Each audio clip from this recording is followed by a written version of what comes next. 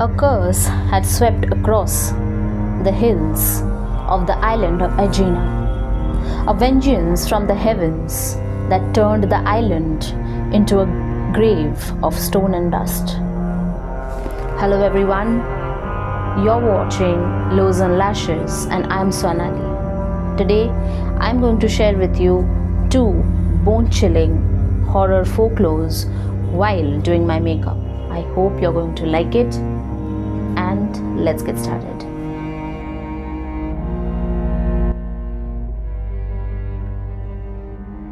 Before the time of 1250 BCE, what we now know as the island of Aegina, famous today for its olive groves, was once a land silenced by the divine wrath. A curse had swept across its hills, a vengeance from the heavens that turned the island into a grave of stone and dust. The people of Aegina had once lived in peace, worshipping the gods as all mortals did. But Hera, the queen of Olympus, burned with jealousy, for Aegina was named after a mortal woman, a nymph whom Zeus himself had loved, and Hera's fury is not the kind mortals survive. She sent a plague that devoured the whole island. One by one, its people withered and fell. When Zeus returned, all that remained were empty homes and silence.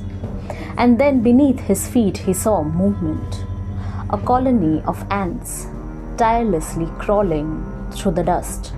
Small, dark and determined, they walked together as if rebuilding the world the gods had destroyed.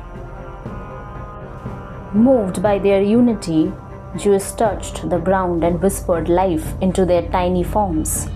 Their black shells shimmered, their limbs reshaped, and from the soil rose the myrmidons, a new race of women born from ants. They were strong, loyal, countless, and utterly obedient to their leader Achilles, son of Thetis, who led them into the battle during the Trojan War.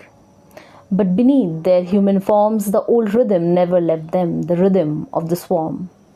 They moved as one, fought as one, and died as one. An army without fear, without question, only purpose.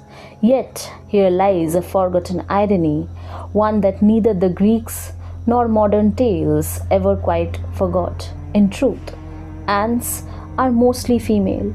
The males exist only briefly to serve the queen and they die. Imagine if Hollywood had remembered that, perhaps the army of myrmidons we saw in Troy would have looked very different indeed.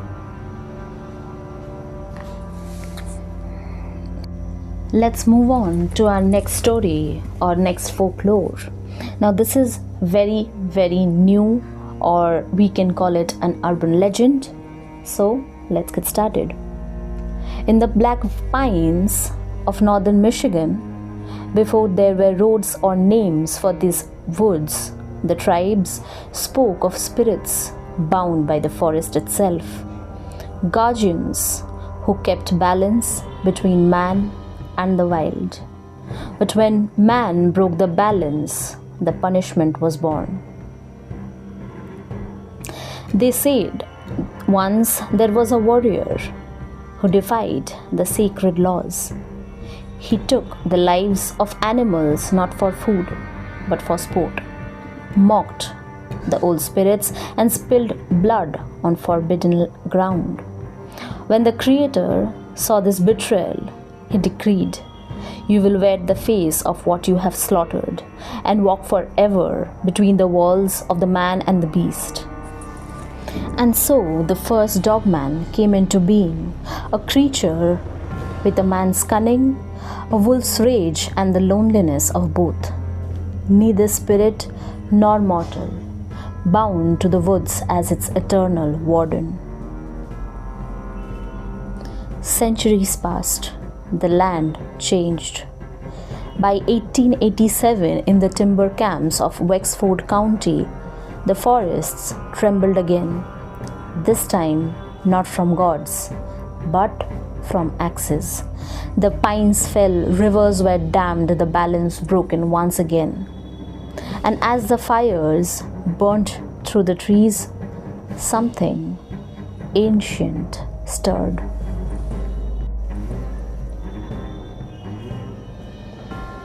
Two lumberjacks stumbled from their camp into the moonlit clearing and froze. There, standing tall on two legs, was a creature with the chest of a man and the head of a dog. Its eyes glowed amber blue. Its breath clouded the night, and its scream, they said, sounded like a man caught mid-murder. That year, the story spread through Michigan's lumber camps.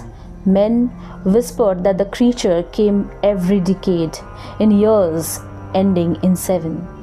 And when 1987 arrived, the dogman howled again.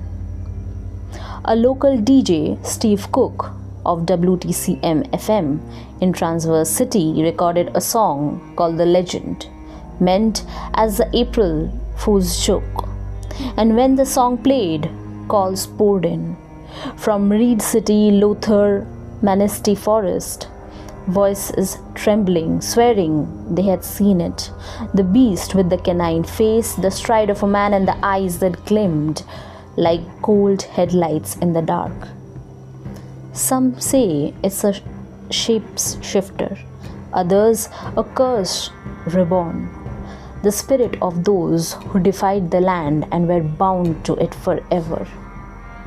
And some whisper that the dogman is a mirror, reflection of man's own hunger and fear, crawling back from the woods we tried to tame.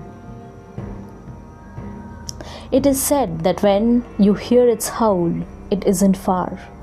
The sound is half human, half beast, and if you listen too long, you will start to wonder which half you belong to. And if you think this creature is just a myth, remember this: the first sighting was 1887, and then in 1987, and the next cycle is 2027. And with that, we come to the end of this folklore. Very less information is found after that. If any of you have any information about it, please feel free to contact us in the comment section below. I will be really happy to know about it. And if you have any other folklore of your area, please feel free to write me in the comment section. I will let you know how to contact me. And that is all I had for today. I really hope that you liked it.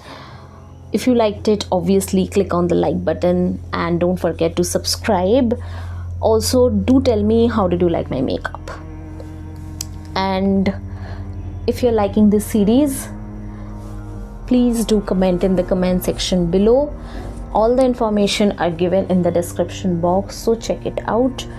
Till then, I will come back next week with another video, with another makeup, with another bone-chilling horror story, or rather folklore, which maybe has some truth in it, and age and time had made them legend or folklore. And that is all I wanted to say. Please do take care of your family and yourself. Stay safe. Good night. I will see you next week. Bye.